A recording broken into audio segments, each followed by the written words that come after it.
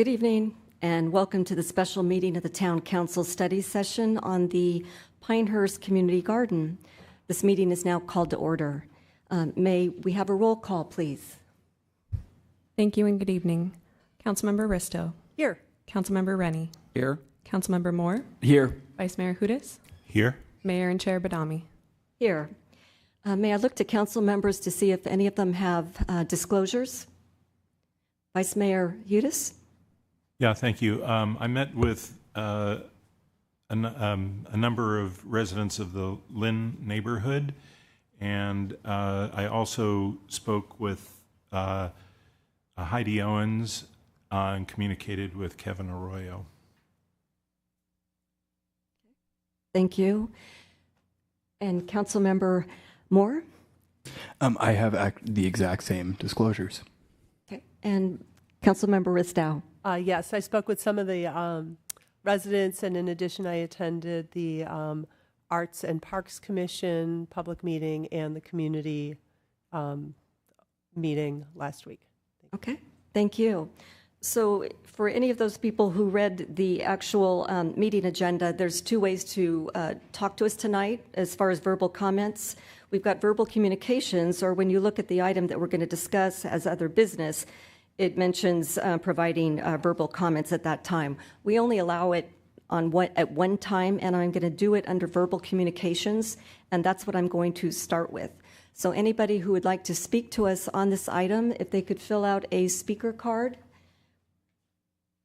And keep in mind that your time is limited to 3 minutes. So I'm going to start with the first speaker card, and that's Kay Van Kirk. If you could please step forward.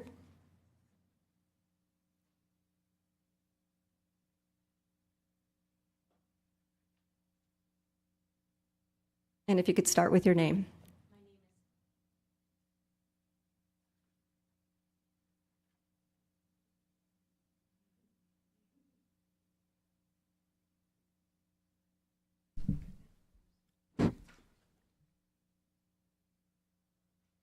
My name is Kay Van Kirk.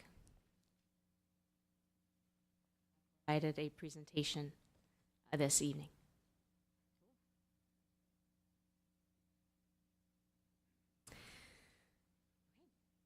Good evening. I am a resident of the Lynn Avenue duplexes, residing right beyond that little cherry tree in the middle. Go back one, thank you. So this here is a spot that is earmarked for the Pinehurst Community Garden.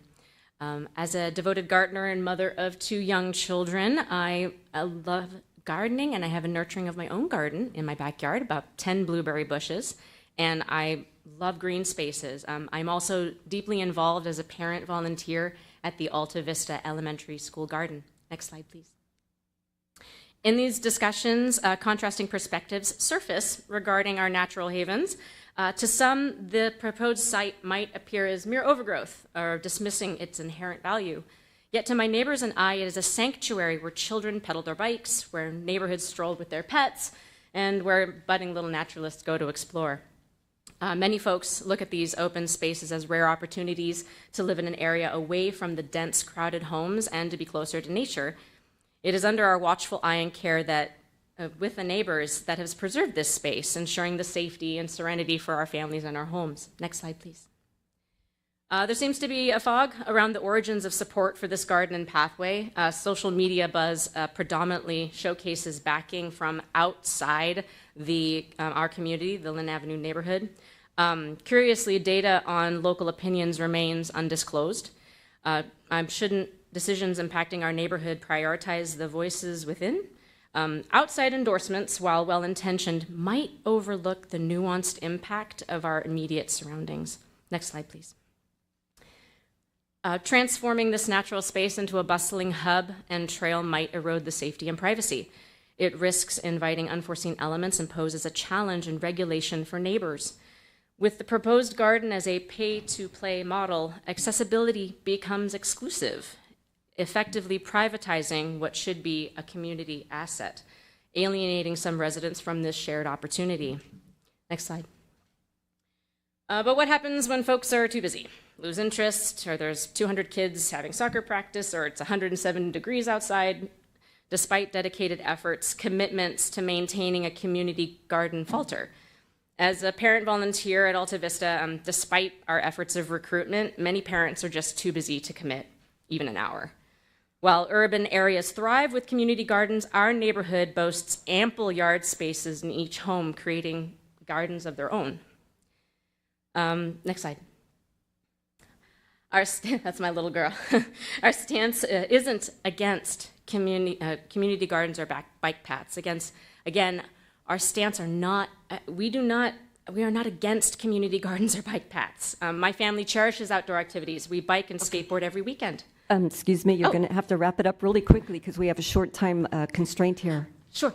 Could we propose any other alternatives? Maybe a different location, or maybe if you want to preserve the natural landscape, put some wildflowers and beautify it. Thank you. Thank you. Good to know. Thank you. You're welcome. Our next speaker is Bob Bergthold. If you could please come forward.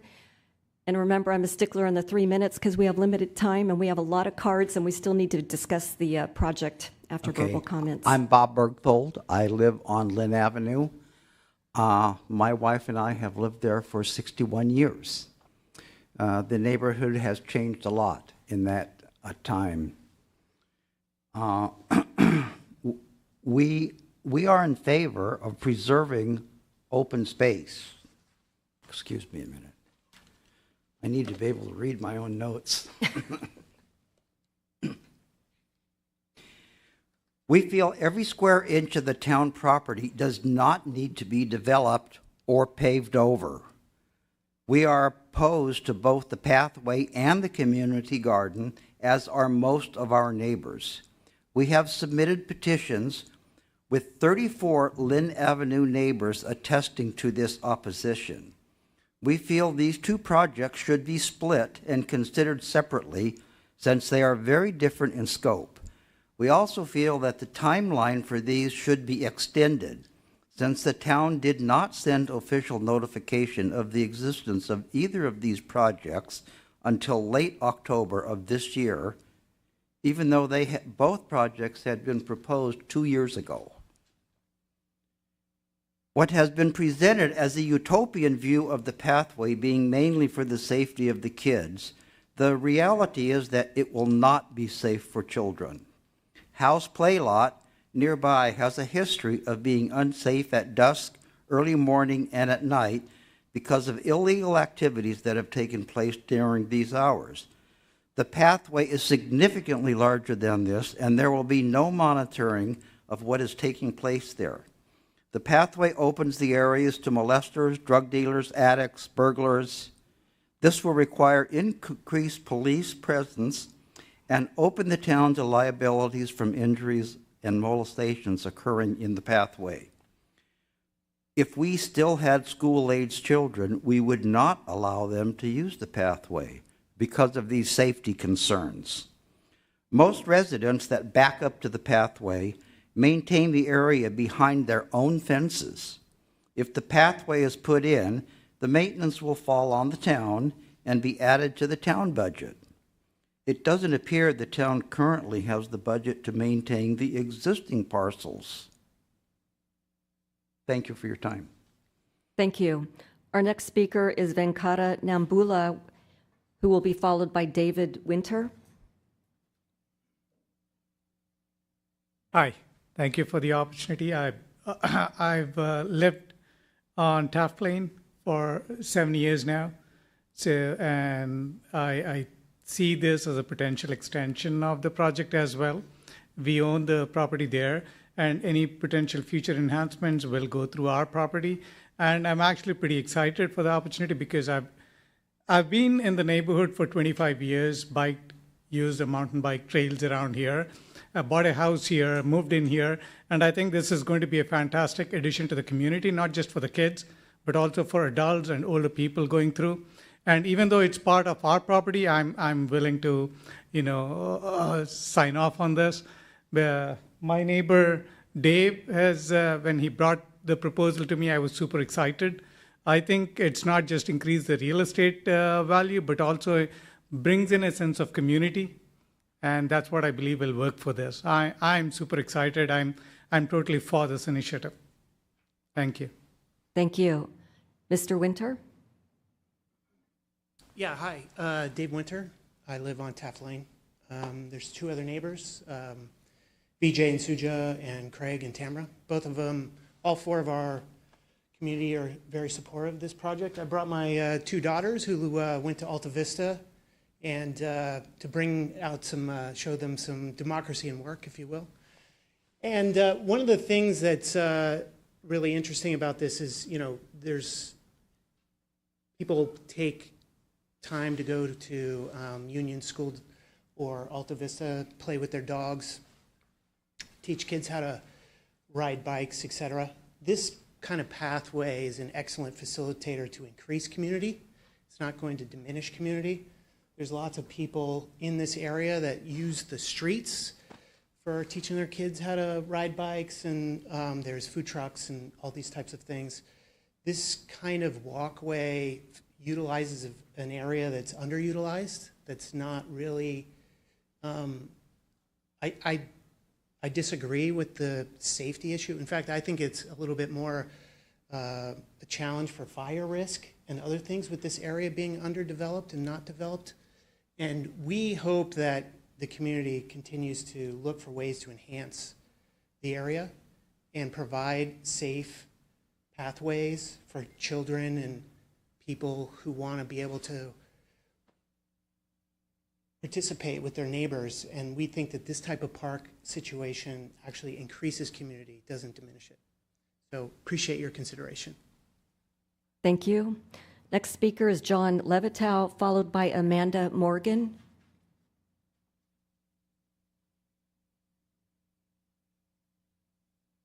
Hi, my name is John. Oops, can I put this up? Better. My name is John Levitow. I live at 315 Blossom Valley Drive, which is almost directly across the street from the proposed garden, and our back fence is on the pathway, faces the pathway. Thank you for the opportunity. I'm not happy to stand up here and oppose these projects because I know they have good intentions and I understand some of the things that people are wanting here, but I am here with a group of my neighbors who live directly adjacent to the site of these ideas, and we have our petition and we want to speak against them. Some of these arguments you may not have heard, and the reason for that is because these projects seem to have been in the works for 3 years, and we didn't hear about them until 2 weeks ago. And we have a lot of questions, and there's a lot to unpack, but I'll try to do it quickly. One question I have is, why was the process the way it was? But I won't try to answer that right now. I have my theories, but we'll leave that. In general, what I want to say about the community garden is that in a city, when you talk about a community garden, it's something that brings open space, reduces congestion, gives people somewhere to go. In our area, the opposite is sure to be the result. That is, there's going to be more people on the Pinehurst-Lynn axis. There'll be more traffic, there'll be more human and animal noises, there'll be more possibility for bad behavior. All of this will be directly behind our back fences, and that will also mean less manageable parking, I think less safety for younger children, and a less pleasant environment for everybody. The disconnect that I see is between the reality that we face every day living in this area and these big ideas. That the point being that we already have a lot of congestion where we live. There's the Pinehurst, Lynn can be parked up completely when there's a league activity, when the school or school's in, school's out. And what you're going to be doing essentially is sandwiching the people who live on Lynn between the school on one side and the pathway on the other with planters for gardeners. Now it's becoming a social center. Classes for nature education and native plants I've heard discussed. Space for art exhibits. I think it's just too much. I see I'm running out of time, And we're calling for a halt in these developments until we can sort out how the neighbors actually feel about them, because a lot of us feel very strongly and will be continuing to be active on this issue. Thank you very much for listening. Thank you, Amanda Morgan. Amanda Morgan is passing. Our next speaker is Inette Clark, who will be followed by Paul Marshik.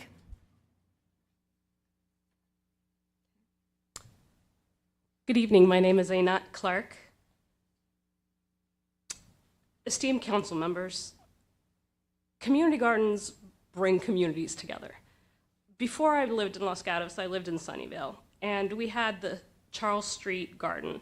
And it was a place where I felt comfortable bringing my young children to. It was not a place I felt unsafe, and it was in a similar suburban environment with a school nearby.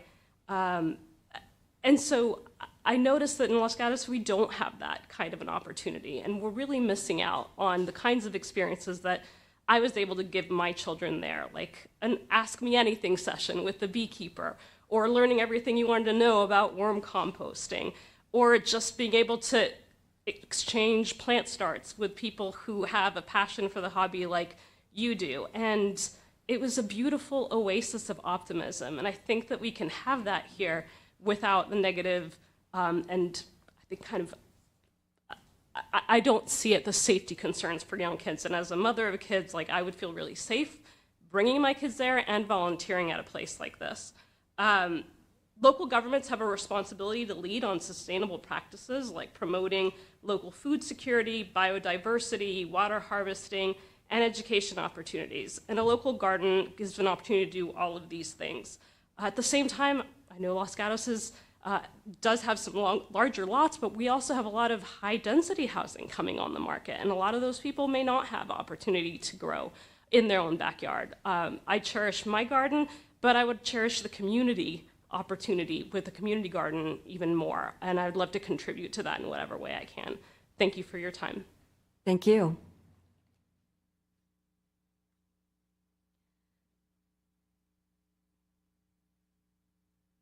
Hello, my name's Paul Marshik, and I'm going to suck at this, just to let you know.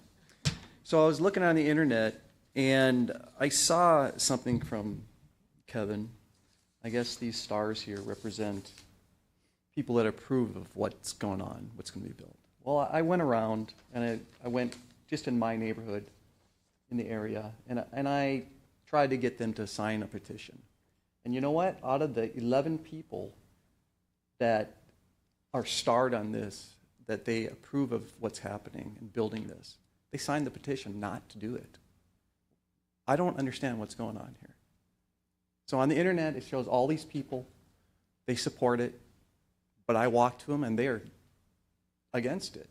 So I just questioned everything. In fact, the next page here, it said, Amanda M. says, thank you for doing this. This is Amanda. She's upset. What is this stuff? It just makes no sense to me. And, you know, probably, you know, the traffic's bad and everything, what everyone else is saying, but what probably bothers me the most is the animals back there that's going to be affected.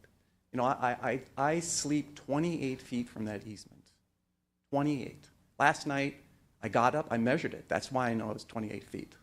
I got up, it's raining at 1:40 in the morning. So I sat in my hot tub, 8 feet from the easement. I'm sitting there, looking at the wires, thinking about what bothers me the most. Probably what bothers me the most is the animals. You know, I've seen possums, I've seen rabbits. You know, they use that area to go from one area to another area through Los Gatos, east and west. You know, it connects. It actually, if you look at it, going through the creek and stuff, it actually connects. Let's see here. Looking at a map, this easement allows them to travel eastward to Almond and Lake Park and on to Coyote Open Space Preserve, or westward to Ross Creek and head north to the Guadalupe River and all the way to the San Francisco Bay National Refuge. It is a trail. I mean, humans have pushed these animals out so much. They're push and push, just for the things we think we need, like these community gardens. What about them? They have nowhere to go. Thank you. Would you like to provide council with your exhibits if you haven't already? Sure. Okay. Our next speaker is Lisa Marshak, and that will be followed by Alri Middlebrook.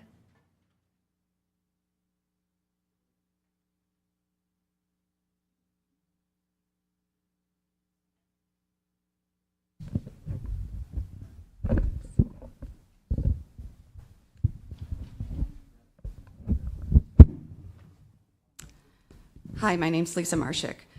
As a former senior and community service commissioner, I am in full support of a community garden. But in this case, it seems that this was presented to the board as an area that was a desirable, available, and supported area for a community garden and was just agreed to without looking at any other locations, almost like it was an easy way to check the box.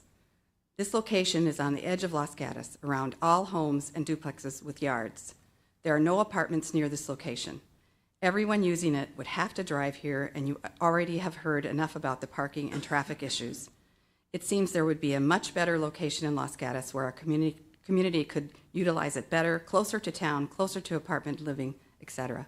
Thank you. Thank you. Ms. Middlebrook?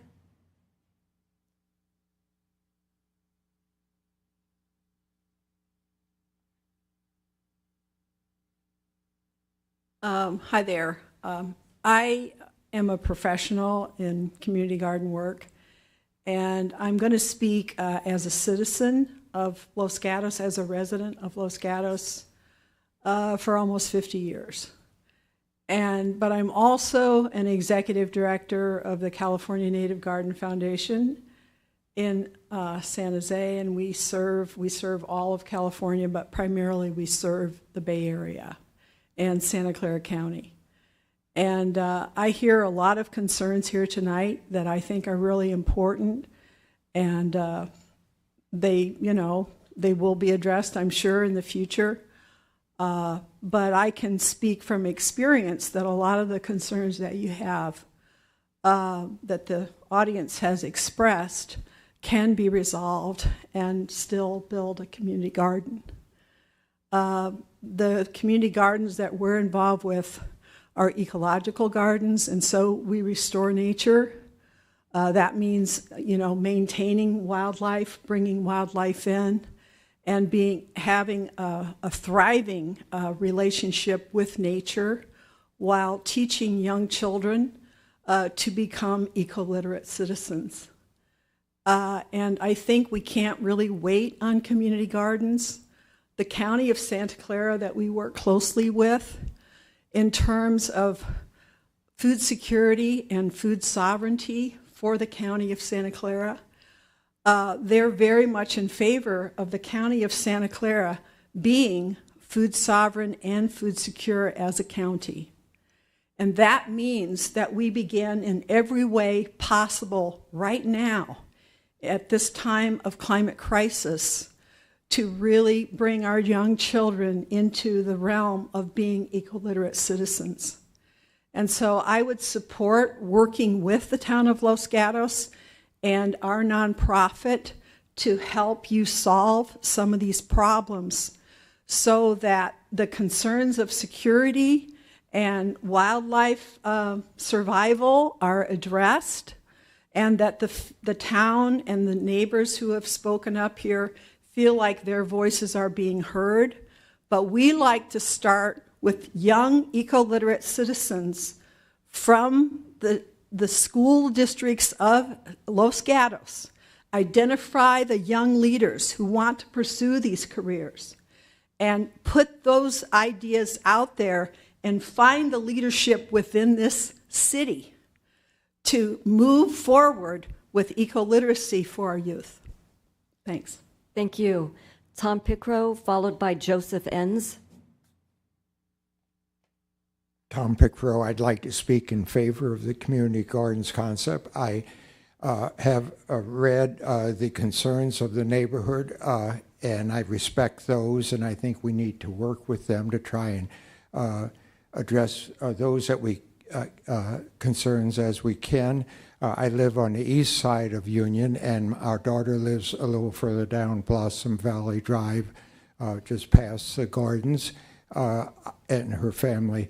I believe that community gardens can be kept a natural place where something positive for nature, positive for young people learning about raising your own garden, and also for older adults. I've had a garden from when I was a child, and our daughters have all decided to have their own gardens in the backyards, and I think this is, as the previous speaker said, this is a positive that we need to do, and if we can start with a careful and a conscientious development, I think that'd be great, and I hope we can. Thank you. Thank you. Joseph Enns, followed by Heidi Owens.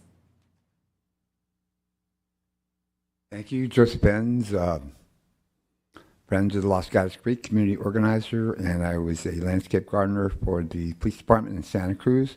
I'm an avid gardener myself. I've heard it, just people address it, and it seems to me like it's a NIMBY, not in my backyard sort of thing. The animals, we kind of ran those off a long time ago, but it's still very rural up in the mountains up there and along the creek. And I'm all for the project. Thank you. Thank you. Heidi Owens. Hello, council members. It's a pleasure to be before you speaking on this topic. Kevin Arroyo and I were the two people who really kind of started this whole thing going, Kevin more than me. But I helped after losing the race against a couple of you actually for town council. I helped with the community engagement piece because my campaign had taught me how to talk to Rotary and Lions and Kiwanis. And so we went around garnering support from the council and from those community service groups. But the garden concept originated from a survey of the neighbors asking, what would you want to do with that property since it's public property? It's not privately allocated to the homeowners who live adjacent to it. It belongs to the town and to everyone in the town. So there were concepts floated like a dog park that was quickly knocked down for the noise. A playground that too was not wanted for the reason of noise. And the community garden was the most popular idea. So that's what Kevin started pursuing and what we've been talking about since that time. So I think maybe some of the documents that have been cited are old because we started years ago and that presentation was created a few years ago. I think it's an exciting prospect for those people who are interested in the garden itself to collaborate with the neighbors on a go-forward plan that is pleasing to everyone. So there's a lot of collaboration that needs to happen, and I think engagement. I didn't used to live adjacent to the property, sort of happenstance, due to my divorce, frankly, that I ended up moving into a duplex that backs up right to where the garden will be. So my fence will share, a wall with the garden. That wasn't intentional at all. It's just because it's close to the school that I moved there. So these are my neighbors who I see walking my dog all the time. And, I think it's an exciting thing that we can work together on what will be in this space. The operational plan is something that I think that needs to be considered maybe concurrently or even before the design, because the group that will be running it is not determined yet. We don't know if that's going to be a partnership with one of the service clubs or if that's going to be a nonprofit newly formed. And I think it's important to iron out those details in terms of who and how it will be run before we design the plots themselves, as well as the space around the plots. So there's a lot of work to do. There already has been a lot of work, frankly, to get us to where we are tonight. And they say no is just the beginning of the conversation. So I really welcome all the no's that we're hearing, because it gives us all of the obstacles we need to work through to get to a functioning garden. But there's no reason not to do this. I wouldn't have gotten involved in the project in the first place if I thought there was a reason we shouldn't do it. They're so good all the way around. So thanks for letting me share. Thank you, Ms. Owens. Our last speaker card is Tevis, I hope I'm saying it right, Ignacio.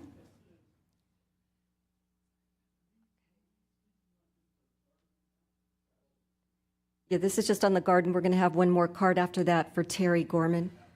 I'm sorry?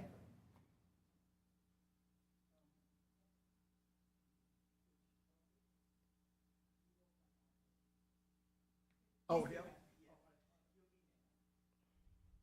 We're just speaking on the garden, not okay. That's correct. On the garden, I represent, my name is Tevis Ignacio. I represent Tracy Ignacio and myself. But he opposes the garden, and he opposes both. I personally was homeless at one point.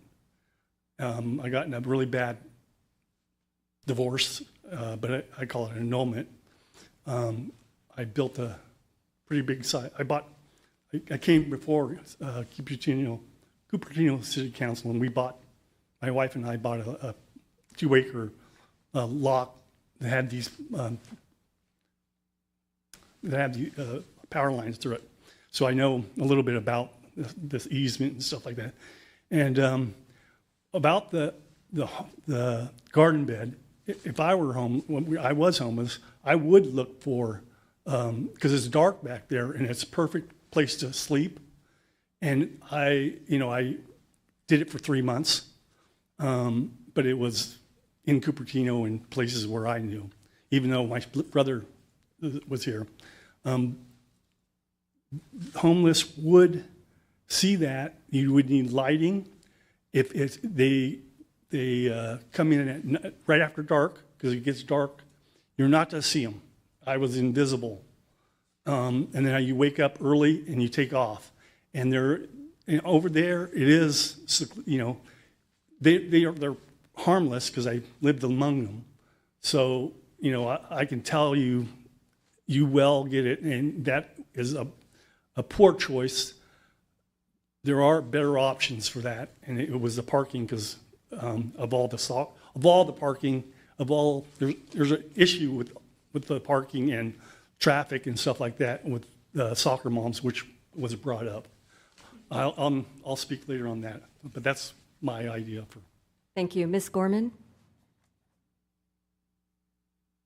My name is Terry Corbin. I've lived on Pinehurst and Blossom Valley Drive for 55 years. I agree with my neighbors here about all the traffic. I've been reviewing online something that a gentleman named Kevin Arojo, I apologize for the last name, I don't know how he says it. I was told that it was his idea to start this whole thing up. He used to live on Dan Way. He lives somewhere in downtown Los Gatos now. He has supposedly petitions of 200 people that want this park, the garden, the bike trail, everything else. Those 200 people, I looked through about maybe 10 names. None of them live in our area. None of them live around Pinehurst, Union. They don't even live around Lee High School, which is, of course, San Jose. I definitely am against this garden for the main reason I know that it's going to be bringing the teenagers racing around on their electric bikes at all hours of the night. You may not believe this, but my neighbor and I are in charge of the crime at Pinehurst, and there is a lot of crime, break-ins, cars broken in, everything. We see these teenagers, I'm not blaming it on teenagers, but people speeding around, all ages, through the stop signs. I can easily see teenagers, I've had them, go to this park at night, drink, do drugs, like they have done at House Park, very close by. I was told that there's a senior man living in that new senior center, Belmont Gardens or whatever it's called, who wants the park so he can walk down and use the park and the garden and just sit there. He wants to go for a walk. All he has to do is cross the street and go to house. I totally agree with my neighbors, and we are totally against this. Thank you. Thank you. Due to time constraints tonight, we still need to have a presentation from staff, and we still need council to discuss the item. So I am going to close verbal for now. If there's any Zoom attendees that we can allow to speak towards the end of the meeting, and I look to our town attorney to make sure that that's appropriate. Yes, so long as there's an opportunity during the course of the meeting for more public comment. So after the staff presentation, it sounds like. That being said, we have a 7 o'clock hard stop. Yeah, up until the next meeting begins. Okay, thank you. All right, again, for now, I'm going to close verbal comment. with the hopeful opportunity to reopen it for Zoom attendees, and move to our other business, which is to receive the staff report from Ms. Chislett. Perfect. I'll just wait for the presentation to come up on the screen. Could you just go back one? That's fine too. Awesome. Well, thank you for having me here this evening. My name is Marina Chislett. I'm the Environmental Program Specialist with the Town of Los Gatos, and I'm going to attempt to get through this really fast because I want to allow for more time for public comment. Next slide. So just a brief overview of what I'm going to be highlighting tonight. We're going to briefly look at a project overview. We're going to discuss the project development process, look at some of the preliminary concepts, review community feedback, and discuss next steps. Next slide.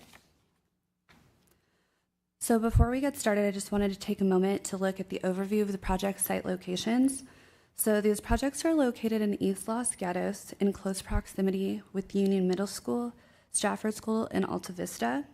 These projects are located south of Livin Avenue, with the community garden highlighted in the green parcel on Pinehurst, and the pedestrian path parcel highlighted in the blue between Pinehurst Avenue and Union Avenue. Next slide. This slide was included in response to community feedback that we received. We've received concerns on how far along we are in the process with these projects. And this is just a reminder that these are multi-year projects, and we are in the initial stages of analysis and community engagement as we work towards drafting preliminary concept designs. Future steps will require the allocation of further funding as well as further direction from council. Next slide. During community outreach, we got the question of what are the benefits of a community garden, so we wanted to briefly include this slide as well. This is by no means an exhaustive list, but merely touching on some of the benefits, such as increased access to food, a space for community building, and positive mental and physical impacts. Next slide. So let's dive into the Pinehurst Community Garden. Just a reminder in regards to orientation when we're looking at the concept designs, Lynn Avenue is going to be north, Pinehurst Avenue is going to be to the east, and Blossom Valley Drive is going to be to the south. This parcel is owned by the town and has PG&E and Valley Water easements that require us to work closely with the utilities with constraints regarding building structures, permitted trees, and utility accessibility. Additional constraints for this location is the discovery of soil contamination at this parcel. Next slide. So I'm very briefly going to be covering the concepts. So for concept A, includes off-street gravel parking, privacy buffers, and shaded seating. The unique feature particularly about concept A is the on-site parking option. Next slide. Concept B does not offer on-site parking, but the unique feature of this concept design is a duckout that allows for 2 ADA parking spaces on street. Next slide. Concept C has no designated parking, but includes enhanced landscaping at the roadway and a community food forest, which is unique to this project concept. Next slide. Community members expressed interest in seeing community garden bed examples. So this slide was just to kind of show what was available. However, due to accessibility needs as well as parcel soil contamination, the town would most likely be looking at options on the left that has more raised garden beds. Next slide. Oh, perfect. At the second community meeting on December 7th, we engaged the public through image boards to get feedback on such things as garden design elements, as shown on this slide. Next slide.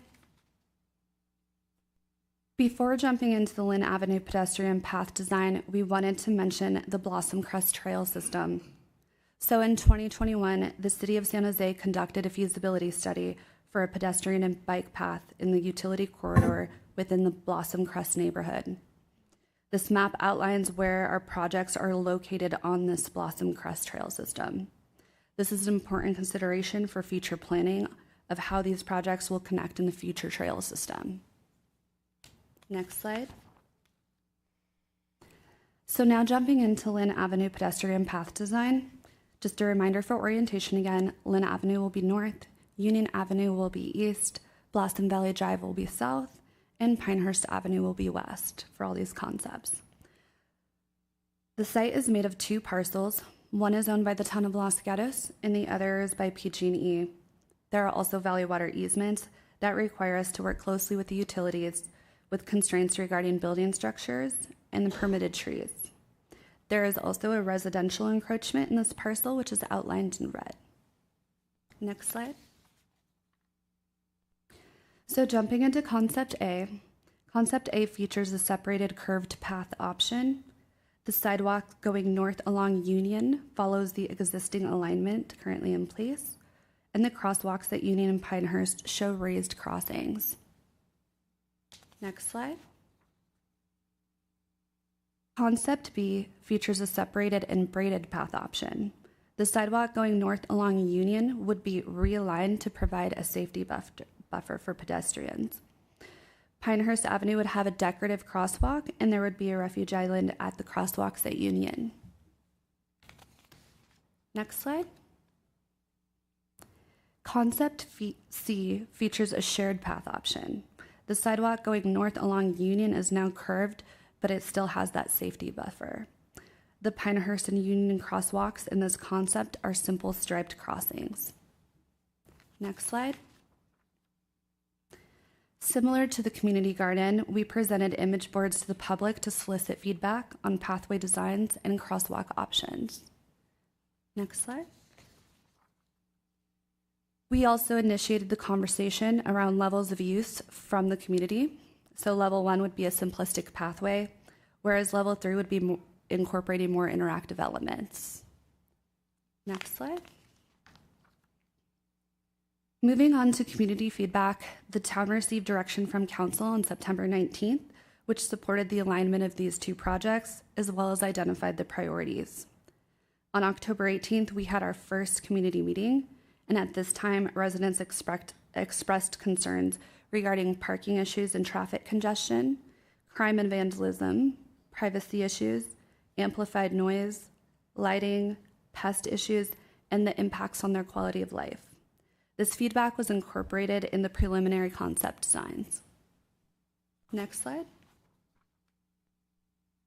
On December 4th, we brought the preliminary concept designs to the Parks and Sustainability Commission, who provided feedback in preparation for the next community meeting. Next slide.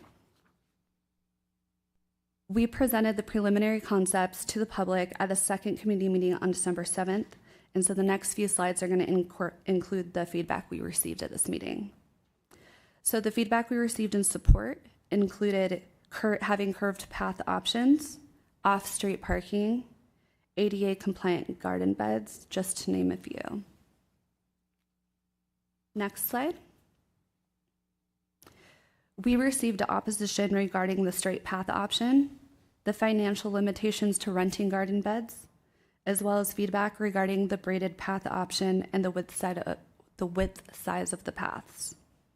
Several neighbors also expressed opposition to both projects entirely.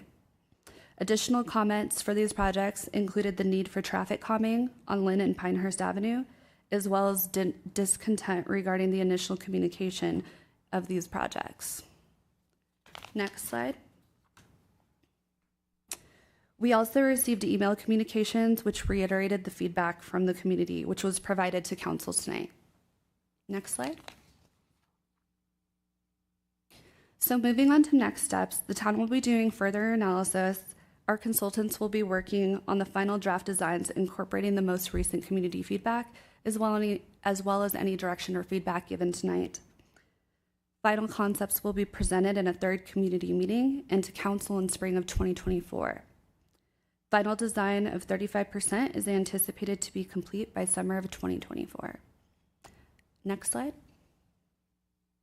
And that's the end of my presentation, so I'll pass it back to you, Council. Thank you. I'm going to look to my council members to see if they have any questions for staff. Vice Mayor Hudes. Thank you. It seems as though a number of the concerns about safety and parking and things like that go beyond just the design, but get into the area of how it would be operated.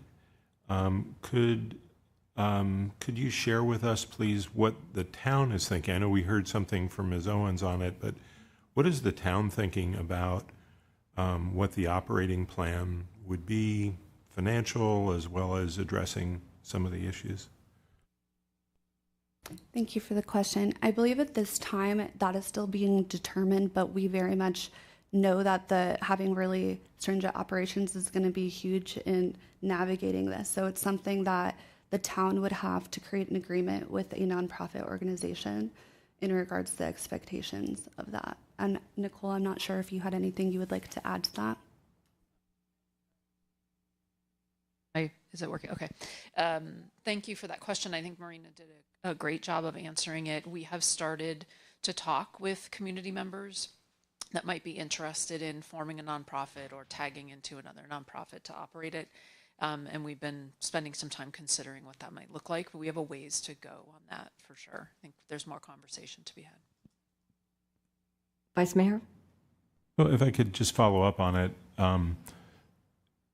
is it possible to do some of that work on how it would be operated in conjunction with the design? It seems as though doing them separately just raises issues. If you did one, without the either way, would it be possible to do that and to do some more work in looking at other communities, how they managed, particularly some of the issues that have been raised about safety?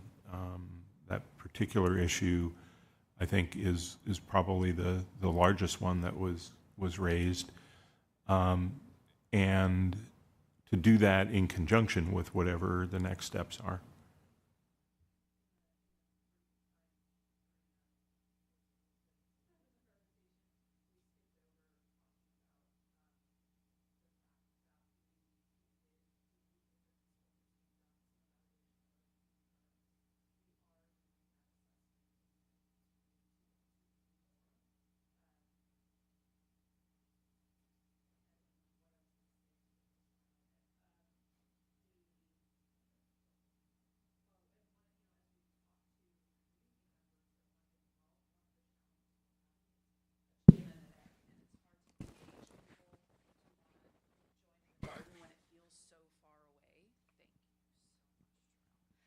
When it feels so far away from being a reality. So I think it felt to us like talking about it now, but once we have a final concept, then really being able to dig in more deeply on that topic, if that makes sense. And we understand we're not trying to do them completely out of sync with each other. Thank you. Councilmember Rennie? Following up a little bit on the safety, so the first part I was thinking about was the path part, and it seems like it's not that different than some of our pass-through parks, like Live Oak, for example. Couldn't we do the same kinds of things we do at Live Oak to keep it safe, lights that are on low until it detects motion kind of things? Why would this not be like a park? Maybe that's the first part of the question. I think it would be. I think it's a great question, and I think it would be similar to some existing parks that we have. And I think, what we've done right now in October, November, December is really listening to the community and hearing these feedbacks. Our next task as staff and as a design team is to go back into the think tank and say, okay, what are our options for addressing these? It could be lighting. There's a number of things we can do relating to that. So I think that you'll see more of that in the next iteration. And then if I could then talk about the community garden part, you show 2 fence options on it. Is this a fence that's somebody can easily get over or pass through, or is it really a security fence? And you said you have an entry gate. Is it a locked entry gate that only members that have a garden plot can get into? What are the thoughts on this fence that's there?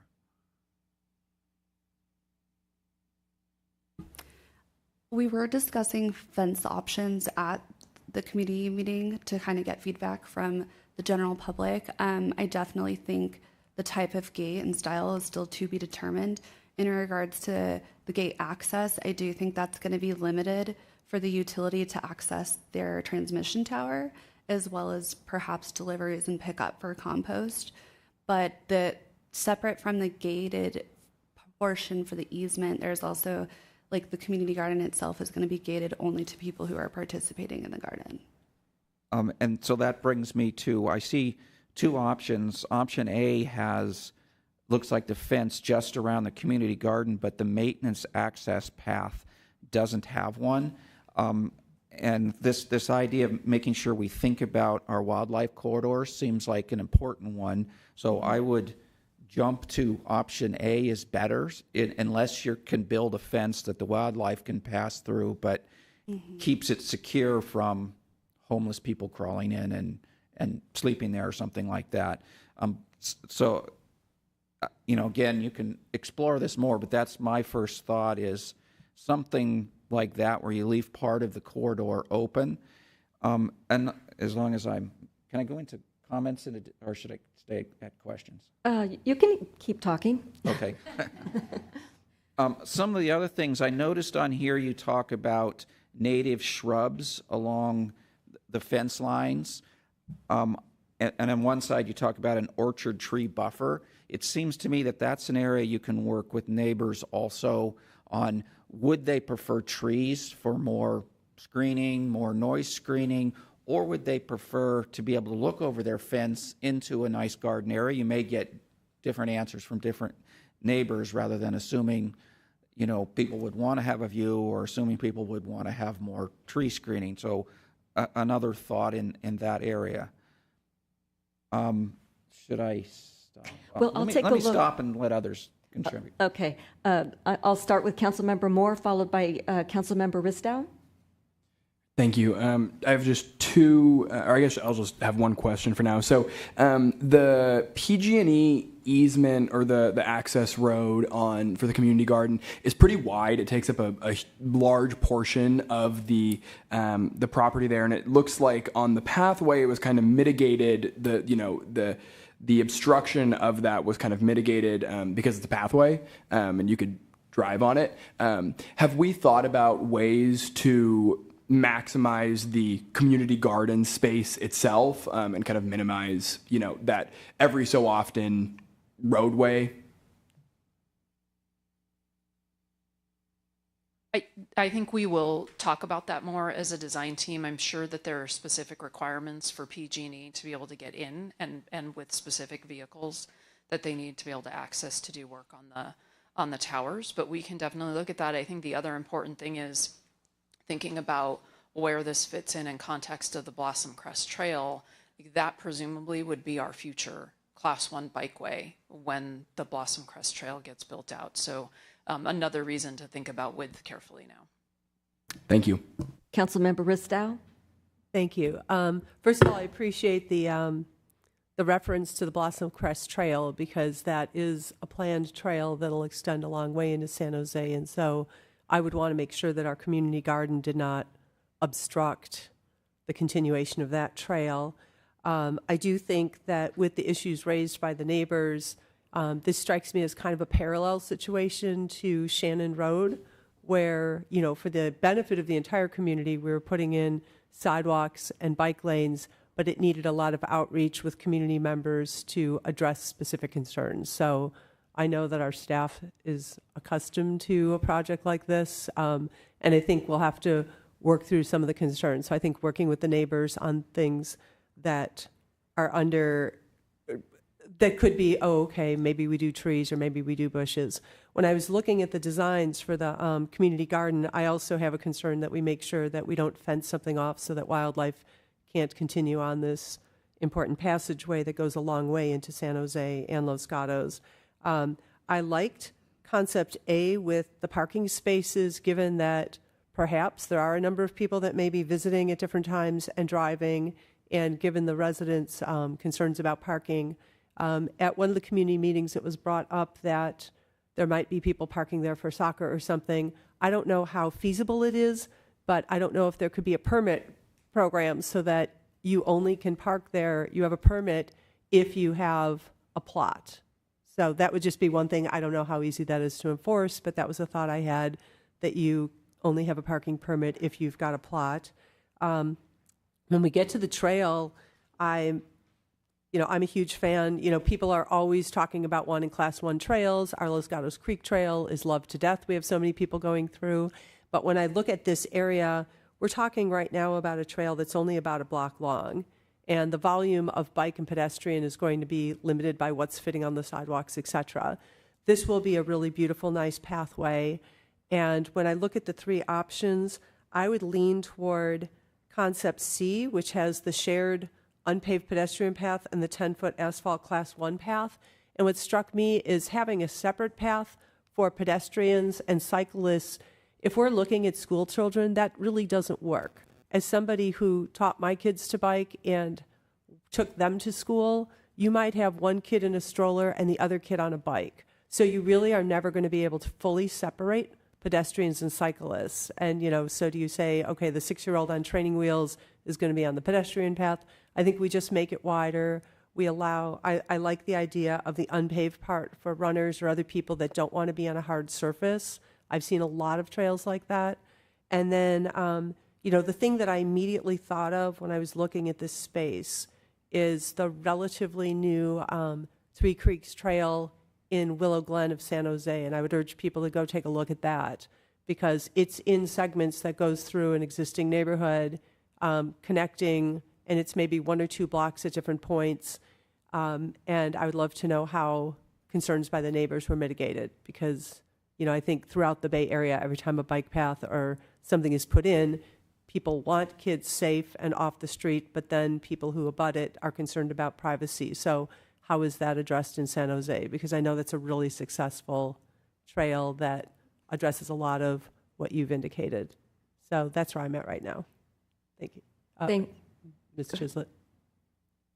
I just wanted to clarify just because I was rushing through the presentation, but the Class 1 path was going to be able for people to either be pedestrians or bikes, so just something to consider. It's not like a forced separation if pedestrians want to be on the Okay, I thought there was one option that had a separate trail for cyclists and a separate trail for pedestrians. Wasn't that option A?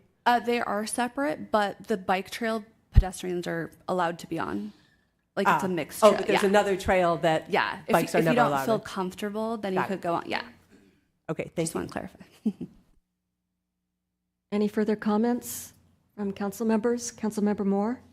Thank you, Mayor. Yeah, I'll just provide my comments real briefly as well. So I talked with some of the folks here earlier today, and I think there are legitimate questions and concerns about this. And I think, the folks who live against this are, I think that's the most important opinion. And so I think that all of that is very important. I thank you all for being here. But I do think that the concerns that I've heard are ones that can be addressed in the design and operational, structures and processes.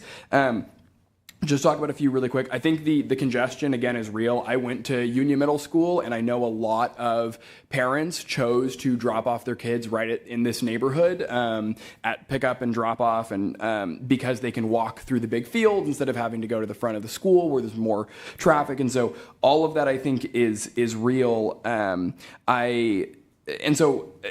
On the other hand, though, going to Union Middle School, going to Lee High School, growing up in East Los Gatos, I think there is, we have the great open space of Heinz over in far East Los Gatos, but I think other than that, there's not a whole lot of open space and green investment on that side of town, and I think this will be a really good thing for this side of town.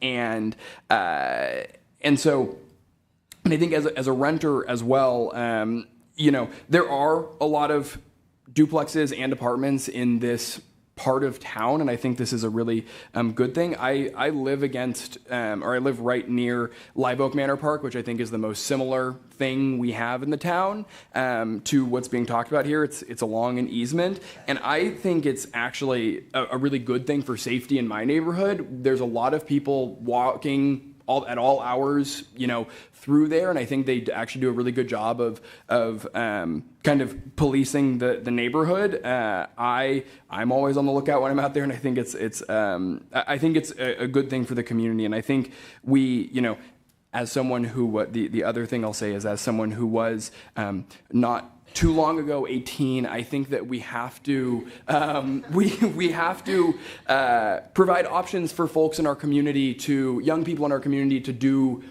productive things, right? Not just discourage them when they do bad things. And so I think a community garden would actually be a really good, productive thing for young people to get involved with.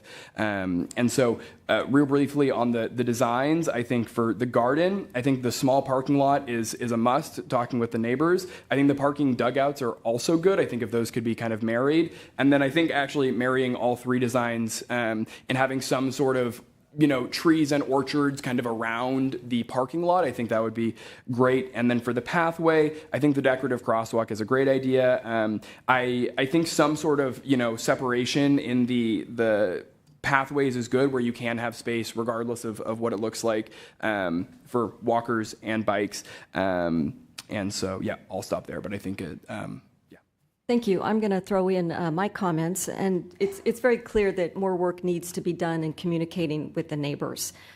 We need to incorporate their concerns. There's quite a number of you that came out this evening, and I don't know if we even have Zoom attendees that didn't have the opportunity to be heard just yet.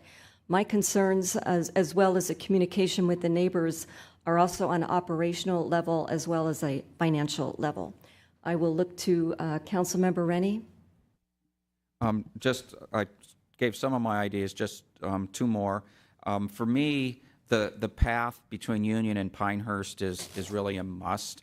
When I lived on Pinehurst for 14 years and I would try to leave for work, I was always, maybe amazed is not the right word, horrified maybe a little more, of how crowded Lynn Avenue would be with walkers and cars at the same time when kids are trying to get to school. And as mentioned, there's congestion around Union Middle School. So both times, that was, before I actually ran for council, both times I campaigned for council in this area, I got a lot of people, particularly just the other side of Union Avenue, whose kids had to cross Union Avenue, telling me, I need a safer way for my kids to get across Union and a safer way for them to get down Lynn. So my 9th year on the council now, for many years I've been saying, talking to staff, is there some way we could build sidewalks on Lynn to make it safer? And I think we determined it would be very difficult to get all the neighbors on one side to give up, well, staff always has to do both sides,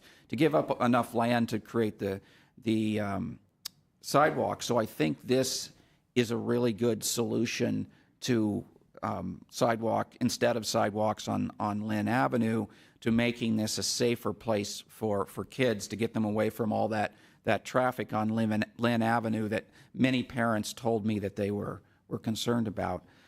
And then on the community garden side, I've always felt like we're a little overkill on it. I think I've made that comment before, and I didn't go too strongly on it. But I still think maybe we think about doing a partial build and we see how it works out before we go huge and find it's so much traffic, so much noise, and we can't really back off of it. I would think it would be wise to maybe do a partial and monitor the situation before doing a full build out. Of course, you're going to have a lot more meetings with the community. Maybe they'll have different thoughts on that, but that was one of my thoughts. Any further comments? See none. Is there any Zoom attendees that have a hand up? We still have a little bit more time to squeeze in more verbal. There are no hands on Zoom. Okay. That being said, does staff have enough information from council and from our community members as far as direction going forward? Yes? Okay. All right. This meeting is adjourned. Thank you.